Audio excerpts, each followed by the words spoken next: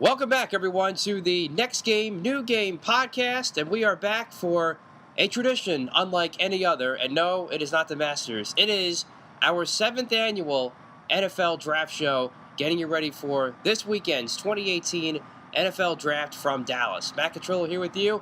Alex Kozora back with me as always. Alex, good to see you again. And I know this is always the cheesy tradition I do, but I'm going to do it anyway. Merry Christmas to you, Alex.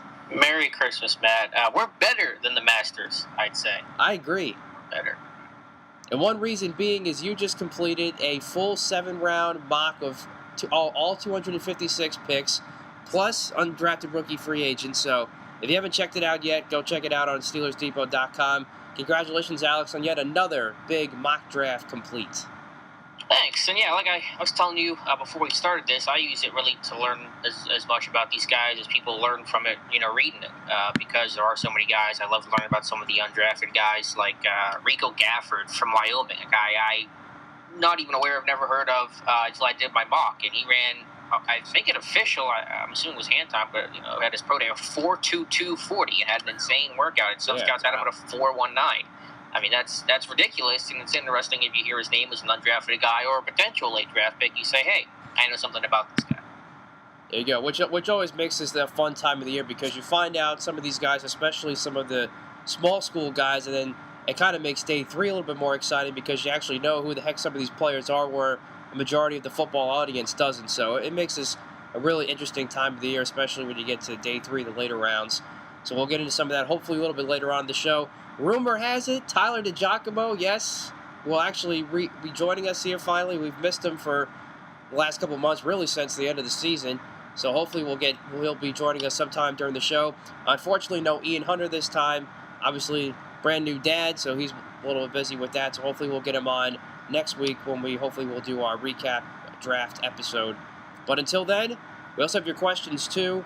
Hopefully, I haven't seen anything yet, but if we get any while we're recording, we will get to those as well. So we're going to start with Eagles Steelers, their draft needs, maybe some guesses on some picks there. Then we'll talk about this quarterback class a little bit because, yet again, another intriguing quarterback class that's going to determine a lot of what happens in that first round on Thursday night. And then we'll do our mock top 5 picks as well, and we'll see what else we can squeeze in about a half hour's time here on the show. So first, Alex, we'll start with the Steelers, and you look at some of their draft needs. And obviously both linebacker spots are a big need, safety a big need, tight end as well you're looking at. So we'll start there at linebacker because I love this linebacker class. There's a lot of good talent in this class, I think, and should be a lot of good spots, good players available for the Steelers at number 26. So what are your thoughts there, where the Steelers might go in that spot, or then we'll kind of go from there. Safety too, I know I believe had in your mock draft, if I remember correctly. Yeah, it's really wide open, and it's hard to really peg and pin down which way they're going to go. I think some of the most conventional and likely picks are going to be some of the inside guys. If a Leighton Vander Esch, Boise State falls, I feel like that's unlikely he's going to get down that far, even with some of the reports about the medical and the neck injury he had in 2016. I think he's going to be well off the board by the time the Steelers pick, but you look at a Rashad Evans from Alabama, but I think would make a lot of sense, of course, as you try to replace Ryan Shazier at that back position. Beyond that, if you look at the safety group, has shown interest in Justin Reed from Stanford, who played a lot of slot corner last year. I think he has the athleticism, the IQ, and the ball skills to make the transition full-time to free safety. Then there's Jesse Bates, who most people probably do not consider a first-round pick, but the interest the Steelers have shown in him, the boxes he checks as a potential pick, when you look at underclassmen, productivity, Tomlin Colbert at his pro day, dine with him. Those are all kind of big keys to trying to predict and project who a Steelers first round was going to be. So I think you're looking at Evans as the most likely. I personally would want Justin Reed. I think Bates is a potential conversation piece, and then you also have to throw in some maybe sleeper surprise guys like Darius Geis, the running back from LSU, who I could see being their highest rated player on the board. The obvious there in him is obvious, the interest in him. But, is the value and the need, is that going to fit? There's a question about that. Then you go quarterback Mason Rudolph. That's been talked about. I find it unlikely. Not going to say it's impossible, but I find it unlikely. And then I'll give one sleeper pick as well. Lorenzo Carter from Georgia. He's got the measurables, 6'4", 250, ran a 4.46 At the combine, I think he jumped 10-10 the broad. A super freaky athlete who didn't have the college production to match, but he can play outside, he can drop into coverage, he can play inside, and Georgia's defense was an NFL-style unit that's going to fit and is similar to what the Steelers do. So Steelers were at his pro day as well. That's going to be a real big key. It's not a name you hear a lot with Pittsburgh, but he's worked his way to the first-round conversation because he is a freaky athlete, similar to Bud Dupree. If you want one sleeper, it's Lorenzo Carter from Georgia. All right, there we go there. And I'm going to go back to quarterback in just one sec, Alex. But getting back to the linebacker here, I love Leighton Vander Esch. And I get you had the medical issue that came out, but, we haven't got a whole lot of information there. But I love the way this kid plays. Quick and fast, tackles well, never stops, has a lot of good strength, and especially in short yardage. I would like to see him get a little bit bigger, 6'4", 256, but good, solid first-round pick, I think. And first and second down linebacker, too. I think it would be a good spot for him. Pass coverage okay, not great, but I just love his speed. And I would love if he fell to 32 for the Eagles, but I don't obviously see that happening. But you can't go wrong either with Rashaan Evans, another guy that's smart, has some athleticism and speed, especially really good closing speed. I think that's probably his best trait. Can cover as well, and very good defending one-on-one. And he puts himself in good position to make plays, but I like to see him finish a little bit better with his tackling. But I still think that those are all coachable things. And either way, I don't think if you're the Steelers, you can go wrong either way. And, of course, the other guys, Tremaine Edmonds and Roquan Smith, I love those guys, but they're definitely going to be gone off the board by then. I think projecting a trade is always difficult to do, and they could trade back. I mean, it's super rare for them to do so, but I'm not going to say it's impossible because they're in a spot where you have early second-round teams that are going to look to trade up to try to get a quarterback like a Mason Rudolph or maybe a Lamar Jackson if he were to fall. So that's possible. But I also think trading up is on the table. There's not a lot of draft capital to do it this year. You trade a 2019 pick. I could see this team moving up maybe a max of 10 spots to try to get either a Vander Esch or maybe a Tremaine Edmonds if he were to slide a little bit. It would be kind of a risky move, but I think if they do trade up, I'll say this, Matt, if they do trade up, it's going to be for an inside linebacker, and it's either going to be Tremaine Edmonds or Leighton Vander Esch. And I would agree with that, Alex, because you're at the point with the Steelers, and we'll kind of segue this into some of the quarterback talk here, if the Steelers might go that angle, whether it's round one or in the later rounds, is they're running out of time. Bell, obviously, most likely in his final year. Big Ben may be in his final year. If the Steelers are going to be uncharacteristic, let's say, and be a little bit more aggressive than they sometimes are in the draft and the offseason in general, now's the time to do it. And if you're going to get these talented guys in this linebacking class, I certainly would think it wouldn't hurt. Yeah, no, I've said it before. I view 2018 as the Steelers' last best chance to win a Super Bowl. Not that it's the last chance entirely, but as you said, Bell very well could be his last year. Martavis Bryant, which I think almost certainly is going to be his last year, and then Ben getting older. AP is going to be 30 this offseason.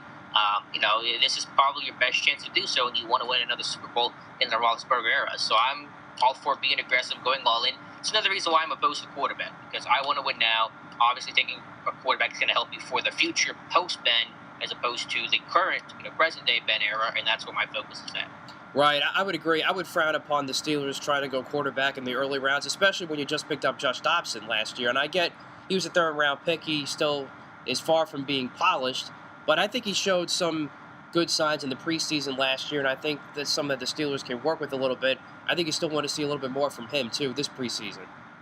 Well, they admitted that, Dobbs is not the heir to Ben, and as a fifth-round pick, it's not going to necessarily dictate what I would do in a first round in any draft. I wouldn't even look at that point. I would just say, a guy like Mason Rudolph. If they Steelers do take a quarterback, it's going to be Mason Rudolph. So if they do take Rudolph, I'm just saying it's not going to help you win now. You're not going to find out about him for 3, 4, who knows? That until Ben's done, which no one is really certain what it's going to be. Probably at least 3 years. It could be longer than that, depending on how things shake out. So I just don't think it helps you win now. I want to get guys that help you win now, can get on the field. This team is so close to Super Bowl.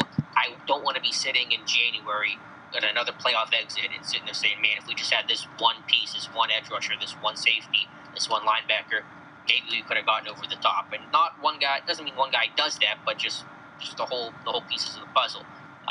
and I don't want to be sitting there having second thoughts about what could have been. No, absolutely, because it's those little things that matter when it comes to January, as the Steelers pretty much found out firsthand in that loss to Jacksonville last year, and it's not like the AFC is getting any easier to play around with, so certainly agree there. But Mason Rudolph, you mentioned, Alex, is going to be another kind of fireball place in the late first round, it sounds like, all of a sudden, with his draft stock quickly rising again because he's a quarterback, and that could affect where the Eagles are, as we'll go to them now, at number 32. If Rudolph's still on the board by then, the Eagles are a very good team for somebody to work a trade with to move up and grab Rudolph, which helps the Eagles having no day 2 picks. Yeah, I think it's going to be unlikely that Rudolph slips to 32, because if he starts getting into that mid to later 20s, I believe that's the point somebody's going to make a move for him and push up into that. Again, I think you're looking at maybe 25 to 29 range. I don't think they're going to wait till 32. But if he is still there for whatever reason, who knows how this draft's going to go? It's so crazy this year with all the quarterbacks.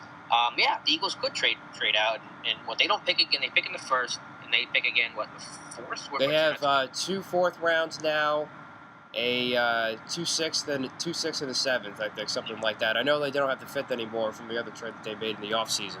Yeah, so no second, no third, and that's an obvious, idea. Let's trade back, let's get some extra picks and get some extra talent. Right, that's exactly right, and that's why I think it's more likely than not of the Eagles trading back and not picking at 32 and kind of trading back and not picking on day 1, just because I think Howie Roseman realizes the significance of having at least one day 2 pick, and they don't have any from the previous trades they made, especially with the Carson Wentz trade, etc. So I think it's very likely that the Eagles are going to trade out of the first round. But if not there, then I think Darius Geis is a very real possibility. We started talking about him, Alex, as a possibility for the Steelers, where they are at 26. And I just got a chance to watch Geis the other day, and I think he'd be a tremendous fit for the Eagles. He may be small, he's only 5'10", 212, but you want to know it by his strength. Many times where he just shakes guys off, drags tacklers. He celebrates really well out of the backfield, shows some really good vision too. Not bad in pass catching, but he's not smooth. I think he can improve in those areas. Pass protection definitely needs some work as well, but I think there's a lot to like with Darius Geis. Yeah, sorry, you caught me mid-sip there. No, I think some people think Geis is even better than Saquon Barkley. I'm not in that camp. Oh, but, no way. Yeah, that's absurd. Yeah, but, and I respect the opinions of the people who do say that. But yeah, I mean, Geis, as successful as the Eagles, running back by committee was last year with Blunt and Corey Clement and, Jay Ajayi, guys like that, it's nice to have that defined lead runner you can count on that can be used in all situations type guy. That's the ideal for every team, but, it's just hard to find that guy who can do everything. That's why a lot of teams have to resort to a committee. And without any super obvious needs on this Eagles team, at least in my view, correct me if I'm wrong on that, Matt, without any other, you got to take this position because they're able to do things like, bring back Nigel Bradham. Tight end is going to be a hole, and I would like to see a Gesicki there. That would make a lot of sense, but it's not super pressing. Gives them the flexibility and allows them to take a running back, which I know some people view as a quote-unquote luxury pick in the first round. Right, no, I think you're right on point, Alex, as far as needs go with the Eagles. There's nothing really immediate, which gives the Eagles many avenues to take, being at 32, which I don't think some Super Bowl teams have at some points because they tend to lose a lot of guys, lose a lot of coaches. Eagles were actually pretty fortunate with the way the offseason's gone so far in that retrospect, so they could go many different positions, such as running back, tight end, linebacker, offensive line, maybe even defensive line a little bit too, to continue to beef that up.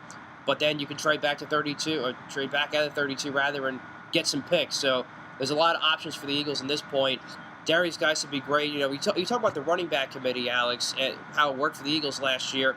And I agree. I think it's still good to have that go-to guy to have right away, that good, solid number 1 back. But I think this works. It would work favorably for both the Eagles and for Geis or whoever they would pick in that first round, is because you still have Jay Ajayi for one more year, and it's unlikely, it looks like, which is a little puzzling to me, that this might be his final year in an Eagles uniform, with this being a contract year for him. They still have Corey Clement in the backfield, too, and who knows if the Eagles bring back Kenyon Barner. He was an unrestricted free agent. Darren Sproles still has a slight possibility to come back, so you can ease whoever you draft into that rotation.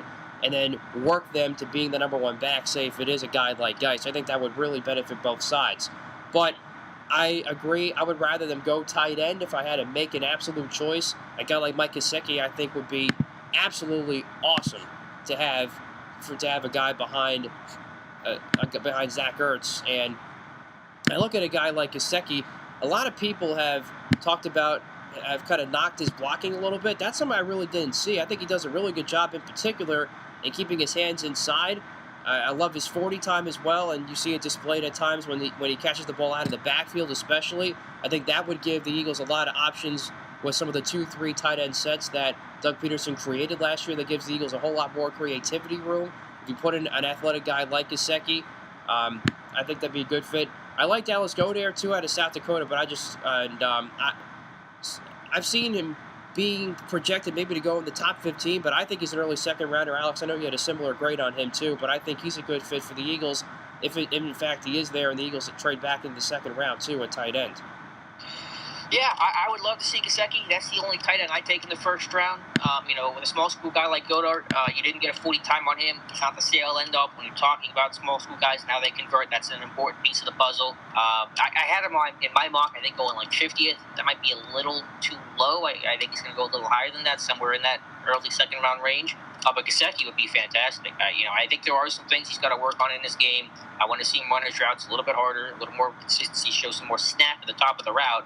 You talk about a guy that's, 6'6", 240, a volleyball player, great vertical, huge catch radius, makes some high degree of difficulty receptions.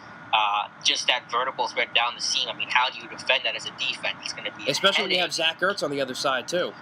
Yeah, and Alshon Jeffrey and Carson Wentz throw it, exactly. And scramble drills that happen, and you can't cover Gesicki in a scramble drill. He's going to box you out or leap over the top. Yeah, just good luck with that. And I don't know if I agree with your assessment on his blocking.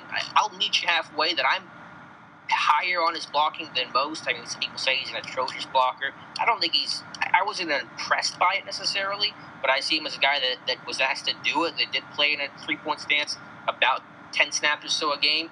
And I think his size and his length and his frame is going to be enough to get in the way. And he was asked to block a lot. You're talking about an offense that did not run through Mike Gesicki or Trace McSorley or Deshaun Hamilton. It ran through Saquon Barkley, the best running back in college football. That was a run-first, run-dominated offense. So you had to block. Even the receivers, you watch them on tape, the receivers had to get involved and block. Yeah, so it's something that he did do. He did take pride in.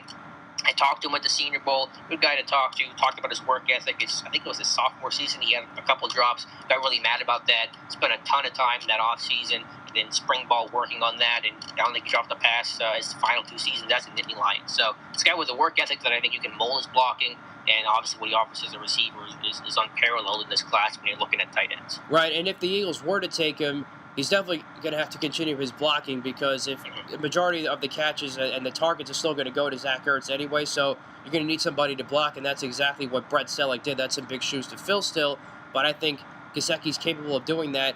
And another thing too, Alex, I love his hand size, 10 and 1/8 inch hands. That's monstrous. Yeah, a guy that can go up and make that catch. You can just throw that, jump ball, and he's going to win it more than most guys. Yeah, absolutely, no question. So when you look at this for the rest of the Eagles, Alex, for the draft, where do you see some needs for them, if any, and where else do you think you can see them going in the later rounds? Well, you'll know it better than I do, so I don't know if it's my place to necessarily say. You can you're looking for depth, and when you're a team like the Eagles, after the first round, you don't pick against the mid rounds. It's about talent. It's not going to be about picking need in the 4th round. So, you could go with another pass rusher in your defense. You want to have guys that can rotate, get after the quarterback. Jim Schwartz wins with his front 4. He's not really blitz heavy. Defensive coordinator. If they don't address tight end in the first round, then you're going to want a tight end later. It's not the best class. It's a lot of blocking heavy guys, whether that's Will Disley from Washington or Dalton Schultz from Stanford. I like Durham Smythe from Notre Dame, who was a block first, block second, catch third kind of guy at Notre Dame. But whenever he was asked to get involved in the passing game, he has toughness, he has good hands and body control. He made a couple nice catches for them in limited opportunities. There's Mark Andrews, who's probably certainly won't fall that far. But if they trade back, Mark Andrews from Oklahoma could be an option, who is not a blocker at all, even worse than Gesicki, but is a vertical threat and a receiver guy who played in a pass-happy offense. Elsewhere, Then you have your running backs. Again, if they don't go running back in the first, you could go with a Josh Adams or Ballage or Naeem Hines. I mean, there's options there. Then linebacker, the inside linebacker class, I think is really strong this year. And so you can even find guys in day 3, whether that's a Matthew Thomas or somebody like that can help this team. And one guy I'll throw in there, and then we'll move on to the quarterbacks, is Connor Williams, offensive lineman from Texas. I see a tackle. I know some people have said that he may be able to convert to guard. I really don't see that from what I saw on tape.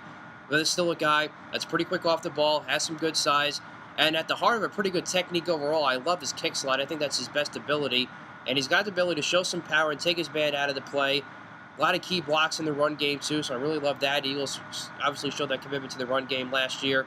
Does have a tendency to get stood up in times in pass blocking, and which would kind of force him to grab a little bit. But overall, I liked what I saw. I think it's worth the late day 1, maybe early day 2 pick, depending on what avenue the Eagles go in as far as that goes. So that would be one other pick I would be okay with for the Eagles there at number 32, wherever they begin the draft weekend. Yeah, I think if they take Connor Williams, it'll have to be at the first-round spot. I don't think trading back is going to be there. The tackle group is just bad this year. You have guys like Colton Miller from UCLA that are getting pushed up, even Williams to an extent, and Mike McGlinchey from Notre Dame, that in a normal class would be back end of the first-round, second-round guys, but there was no standout this year. There is no Jason Peters going to be him, Hall of Fame type. I know Peters was a undrafted free agent. I'm not trying to say that, but there is no stud left tackle to get.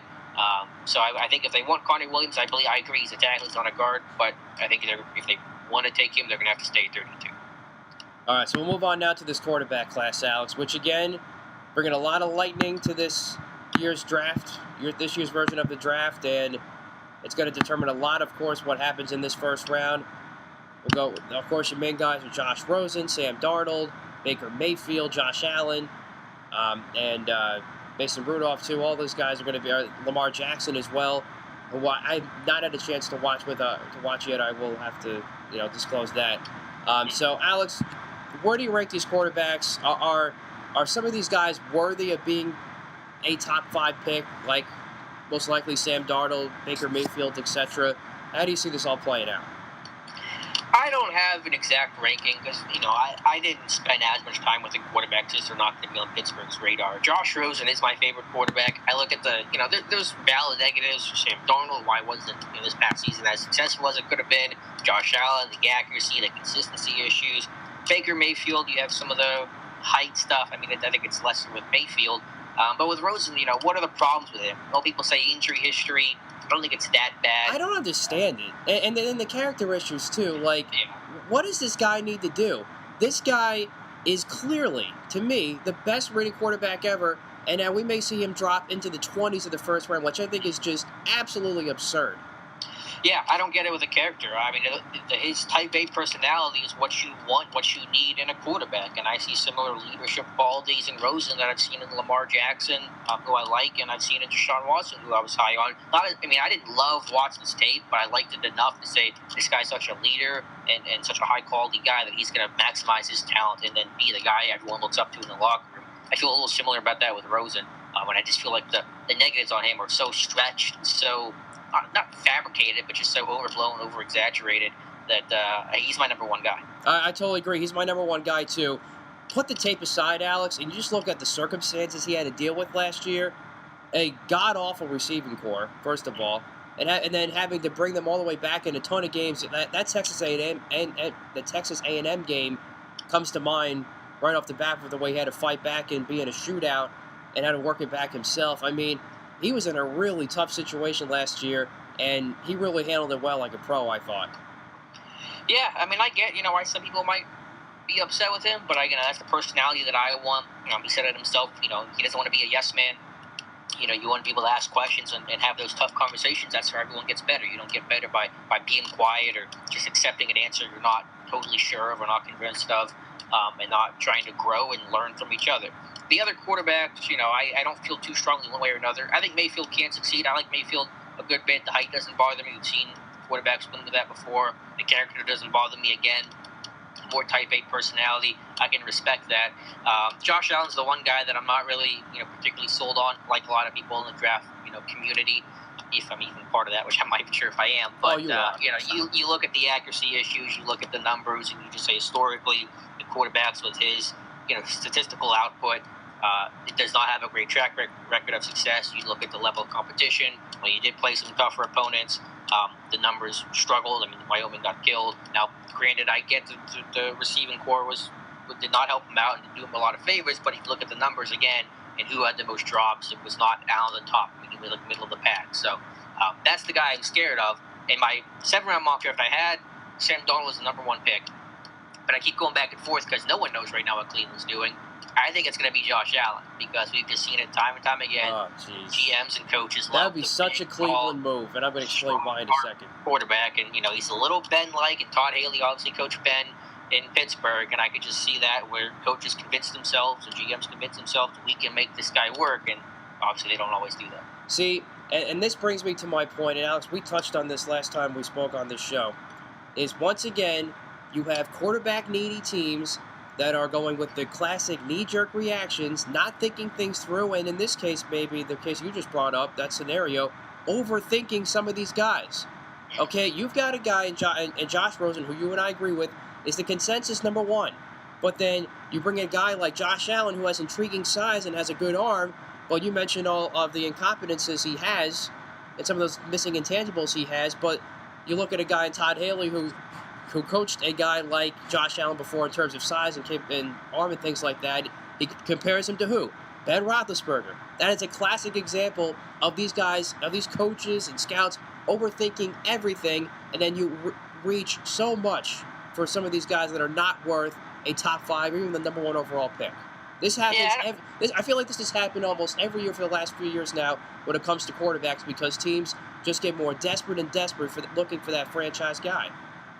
Yeah, I mean, I think it's lessened a little bit the last couple of years, but it certainly popped up. I mean, you go back, several years ago with Marcus Russell, that was the case. I'm not saying Allen's going to be Russell. I don't think he's that bad. And I'm not even saying that Haley assumes he's going to be Ben. I'm just saying it makes sense on paper from what John Dorsey said. What I'm saying is that classic scenario is an exact determinant factor of what is going on in these war rooms now the last couple of years when they're trying to determine these quarterbacks.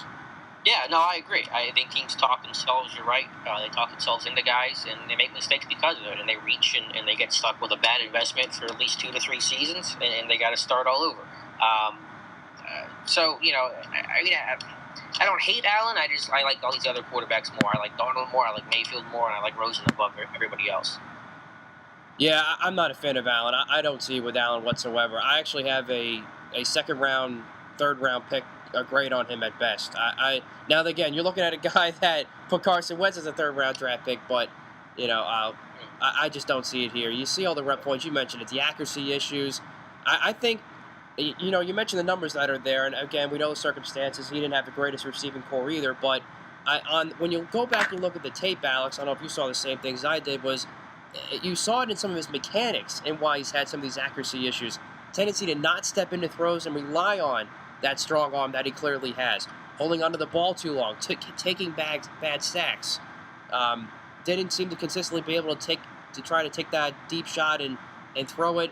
And he showed he can make some throws on the run, but again, it's all in the footwork. And I think it was a little sloppy at best when you look at a guy like Josh Allen, which obviously to me would be furthest thing away from even considering him as a first-round pick, let alone a number 1 overall pick in the draft.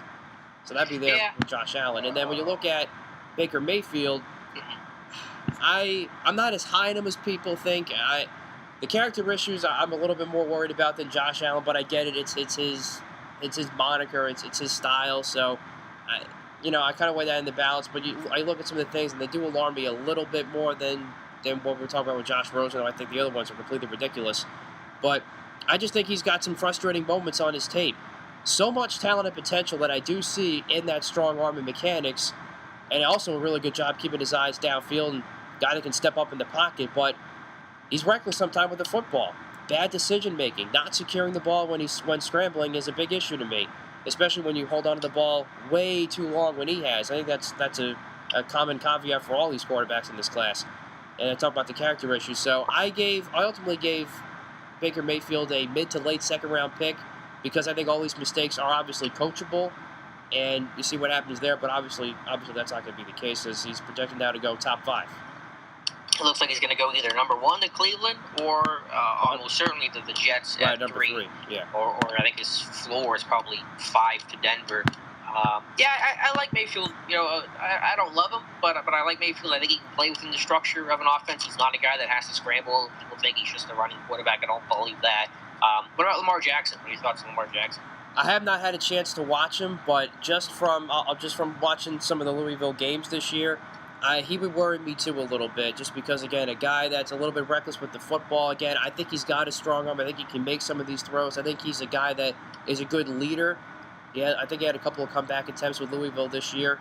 But some of his mechanics and things and his decision making would make me worry a little bit for a first-round pick. But again, I haven't had a chance to watch any of his games, so I don't know where you stand on him, Alex, and what you've been able to watch.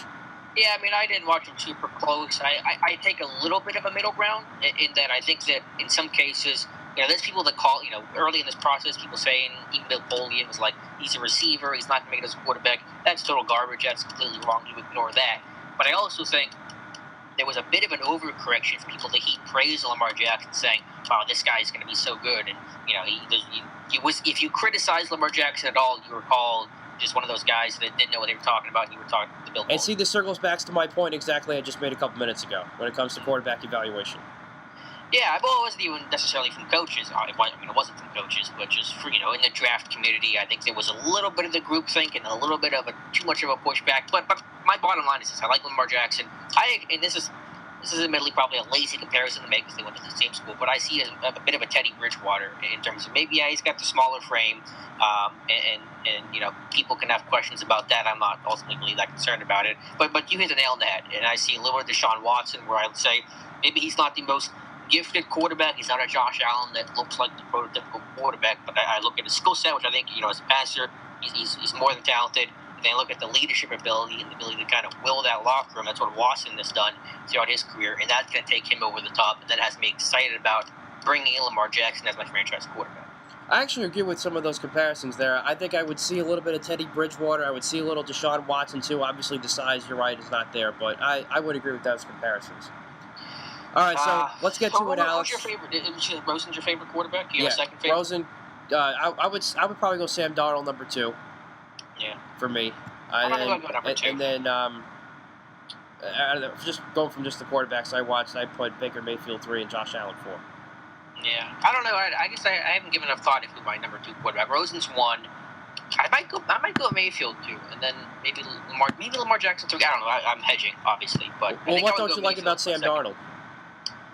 I watched some of it. I even saw some of the All-22. I just didn't take a good enough look at him. Okay. And again, this is me being a little wishy-washy here, so I guess I just don't have a good enough answer on Darnold. But I like Baker Mayfield. I watched him a little bit more than Darnold, and I like Mayfield's game a lot. Well, for me, for Darnold, real quick, and then we'll go to our mock top 5 here, I think you definitely see another good arm, good mechanics, fairly good poise in the pocket. I think he's at his best when throwing on the run outside the pocket. I think he squares his shoulders very well. But he does, again, tendency to throw off that back foot, loft one down when bad things happen. So, again, you go back to that decision-making. And there were a couple of times where he held the ball like a loaf of bread on a couple of runs. So I think that overall decision-making, ball security has to be better. I will give him the benefit of the doubt that he gives. He does a good job keeping his eyes downfield too. So he's a tempting guy to take, but again, those decision-making plays are things that kind of hold me back a little bit. But I think the talent there is second best to Rosen, where it's kind of similar to Rosen, the fact that he's got the strong arm, but I think just Rosen's more polished at this point than Sam Darnold is at this point. That's fair. And then finally, our mock top 5. I don't know if anything's changed for you, Alex, since you just posted it yesterday, but I'll let you lead off with your where you think things go with the top 5. No, it has changed, and like I said earlier, right. I kind of mentioned it. It's the way the news cycle goes. I mean, I had Sam Darnold in my full mock because the reports were that's where it was going, but I don't even know why I listen to these reports. They change every 3 hours. So I'll go. This is my top 5. Cleveland number 1, Josh Allen, quarterback from Wyoming. Okay. Again, everyone falls in love with the height, the arm strength, the potential. Yep. And I think the Browns are going to fall victim. I like what the Browns have done. They're not the same old Browns. John Dorsey. No, yeah, I think it's important to point that out. I mean, Hugh Jackson, I'm not really a fan of. I love Hugh Jackson, offensive coordinator. As head coach, he's been a but we don't know. disaster. I don't know how he's there. One win in 2 seasons. I mean, that speaks for itself. Right, but I have a lot of respect for Todd Haley, so I'm not saying that they're idiots, but I'm just saying that's a thing that's easy to fall in love with, the potential. And Allen, I think Allen's a good character guy. You listen to talk at the Senior Bowl, I don't think there's any issues there. He's got the right mix of kind of arrogance, but not, he's got kind of that cockiness that doesn't go on arrogance and being full of himself. So I have Allen going number 1 to Cleveland. 2, I think it comes down to either Bradley Chubb or Saquon Barkley for the Giants. I'm going to go with Barkley to get that feature back and help them out. 3, I'm going Baker Mayfield. Then 4, I'm going with Bradley Chubb. He's going to play defensive end for the Browns. Hugh Jackson talked him up and said how much he would love to get Bradley Chubb with alongside Myles Garrett. That happens here at 4. And then 5, Denver, Sam Darnold from USC. Okay. For Cleveland, number 1, I'm going to stick with Sam Darnold for right now, but I won't be surprised the least bit if it's Josh Allen. Obviously, disgruntled it, but that's the way I think it might go. But I'm going to stick with Sam Darnold, 1. I am going to go Saquon Barkley at 2 right now for the Giants, but I also wouldn't be surprised if they take Bradley Chubb either, especially since they traded away Jason Pierre-Paul. I hope it's that, because I do not want to be in a division, from just talking from the Eagles standpoint, where you got to deal with Ezekiel Elliott twice a year and Saquon Barkley twice a year. Right. Though I will say this: if the Giants were to pick Barkley, I still don't see them as a playoff team. I see them maybe a 6-7 win team at best next year. That's how far off I think they still are, even with a guy like Barkley. Then 3, I got Baker Mayfield to the Jets. I think that is a very strong possibility of happening. Then 4, Bradley Chubb to the Browns, just by the principle of that's obviously clearly the best player available for the Browns. And, of course, you mentioned the interest that Hugh Jackson's had in him. And then 5, I will go Josh Allen to Denver. All right, so we're the same on everything except for Darnold and Allen. We switched them, right? Right. Okay. How many? Let me ask you this, and we'll round things up. I don't have an answer for it, so I don't know why I'm asking it, but I'm going to ask it anyway. How many trades happened in the first round?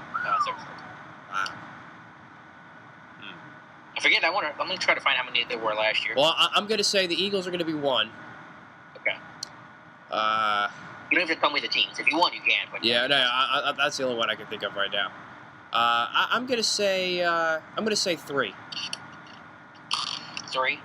Yeah. Do you have an idea of where that's going to happen? Ramble a bit, because I think it's a train coming. There it is. I'm here on that one. I'm going to Eagles, I think, just because if Mason Rudolph is there, as we talked about before, I think that's a very big possibility, just in the fact that Howie Roseman just flat out said we're open for business. I think he really wants those day 2, day 3 picks more than having the 32nd pick, so I think that's almost a sure thing that'll happen. I think some of the middle rounds you could see it. I wouldn't be surprised if maybe the Redskins might try to make a move down from what I've been seeing on Twitter from JP Finley of NBC Sports Washington. I think I could see that. Anybody that's quarterback needy that wants to get Mason Rudolph, even if it's not the Eagles, it's somebody else, that could be something too. And the Eagles make another trade because you never know with Howie Roseman. So I'm going to say 3 to 4, somewhere in that range. And I also opened the possibility of somebody trading up to 2. Like Buffalo, I think Buffalo's a team to keep a lookout for. Remember, they made the trade up to 8 after they're from, I think it was from 12 to 8. So that's a similar approach that the Eagles took to get Carson Wentz. So maybe they pull a stunner and somehow get into the top 5. Perhaps with a team like the Giants, who knows, depending on how the board goes. But I still think the Giants are going to stay put at 2 ultimately. So I'll say 4 for right now. That's fair, and I think we had a great point about Buffalo, and I think they are a strong candidate to move up. I'm going to go a little crazy. I looked it up. There were 6 last year, 6 first-round trades. Okay, wow. Which was high. Yeah. But I think with the quarterbacks this year, it's even a larger class, not obviously in talent, but just in the quantity of it. I think that makes teams crazy when there's a lot of quarterbacks to gun for. As we've talked about. I'm going to say there's 7 trades in the first round this year, top to bottom. But you know what, though? I wouldn't be surprised by that whatsoever either. Yeah, because I think you're going to have a lot at the top. I think the top 5's crazy. Like I said, Buffalo could move up. Cleveland could trade out of 4. See what the Giants do at 2. And then you have all the mid-round stuff. And then late round, obviously, too, where there's a Mason Rudolph left. You can have teams competing to go up and get them. And whatever other surprises happen. No one saw Chicago moving up. What was it, a spot even last year to get Trubisky. Right. To ensure they get Trubisky at least. And so who knows what surprises will happen there. So you can already guess probably 3 or 4 conventionally speaking. And then there's always a surprise factor. I think that doubles that number. I think we get get something insane like 7, which might be a record on the first round. Yeah, we definitely have to check that out and react when we do our reaction show, hopefully next week. So that'll be a lot of fun. Alex, a lot of fun as always. Glad to be back doing continue the tradition. Sorry we weren't able to get D-Jock in here. Hopefully we'll get him and Ian back when we recap the draft show next week. But a lot of fun as always, and enjoy the draft this week. Yeah, same deal. I can't wait to talk about it next week. And after all the speculation, we can talk about what actually happened and evaluate our team. It's my team more than yours because you'll be sitting on the sidelines for most of this thing. Right, exactly. So we'll definitely get into that next week. Make sure to follow the podcast on Twitter in the meantime at NG_NFL. Alex is on Twitter, a definite must follow for this weekend at Alex_Kozora. I'm on Twitter at MControllo. That's going to do it for our annual draft show here on the Next Game New Game podcast. For Alex Kozora, I'm Matt Contrillo. Enjoy the 2018 NFL Draft.